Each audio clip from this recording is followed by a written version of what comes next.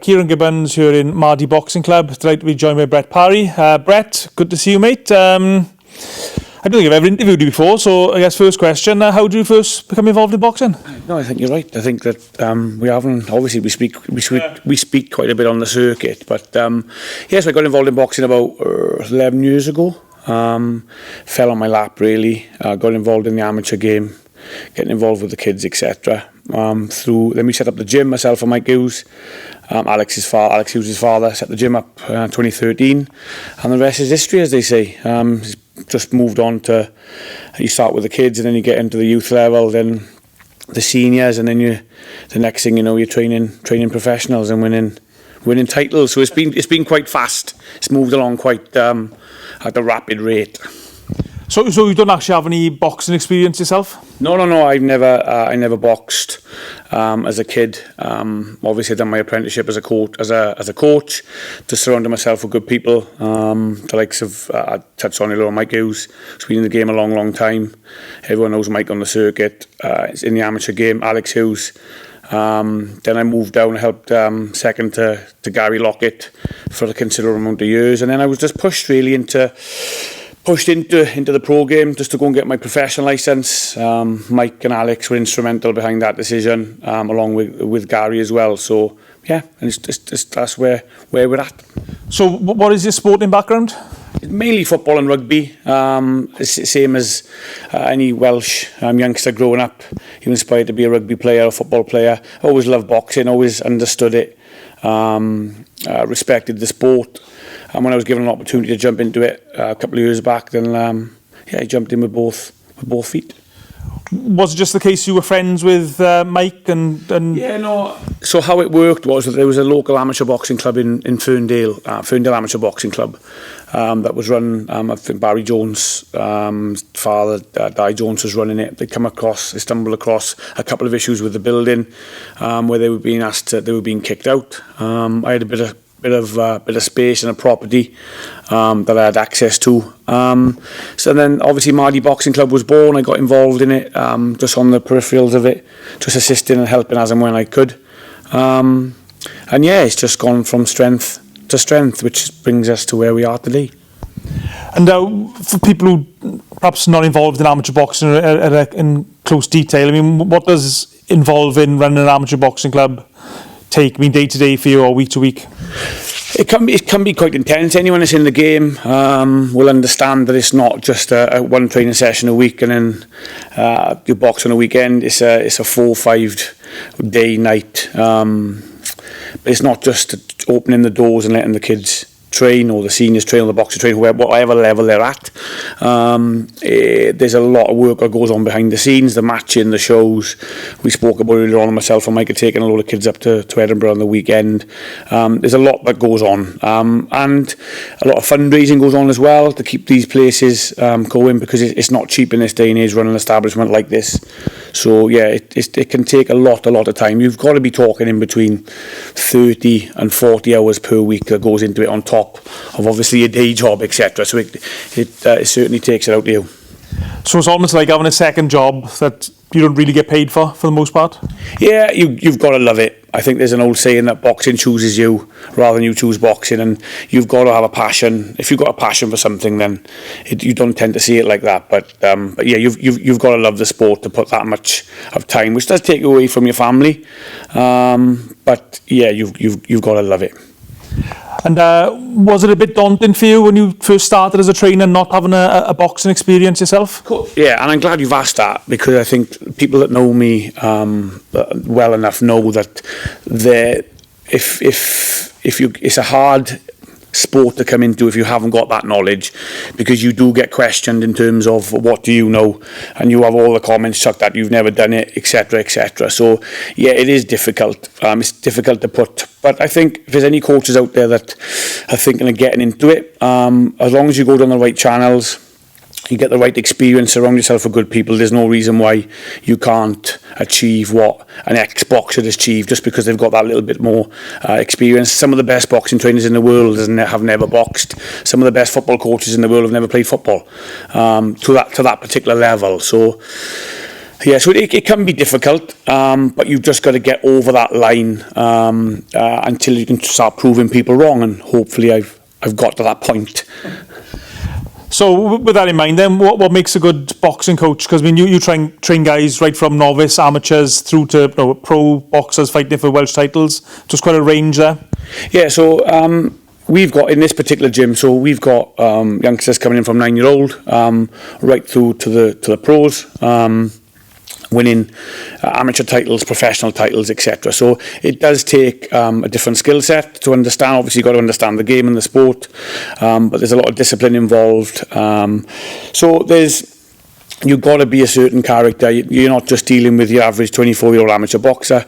You're dealing with young kids, whatever issues that come with that, mentally, physically, etc. So you've got to have a bit of a broad understanding of how the world works to make that work. So you can obviously there to get the best out of people, but that comes with experience as well. So in this gym, you got tell us about some of your favourite experiences then as an amateur boxing coach. Yeah, so the gym was opened in 2013, where we had I think 1 or 2 boxers. Took us a while to get going, but since then we've produced boxers again from 10-year-old. We've won numerous boxing competitions, champions. We've had British champions, Welsh champions, professional champions.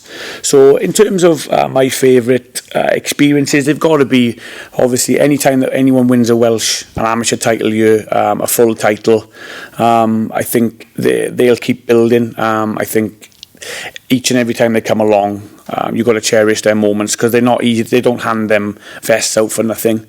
Obviously, Ethan George winning the Welsh super middleweight professional title is obviously up there as well.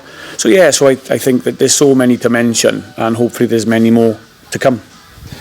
You mentioned Ethan George, who's a professional boxer, Welsh super middleweight champion.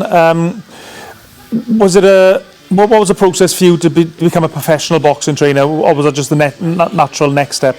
I think it was a natural next step for me. I think that, again, I know I keep on going on about it, but you need to surround. If you've got aspirations of yourself to push on, you need to surround yourself with the right people, because they will certainly guide you in that direction. Again, surrounding yourself with the likes of Mike Hughes and Alex Hughes and has really helped me and put me in that position, not just by passing on their knowledge and skill set, but just giving me that nudge in the right direction. And when the opportunity came to coach, it wasn't Ethan, it was Ashley Brace actually that come to me to coach Ashley.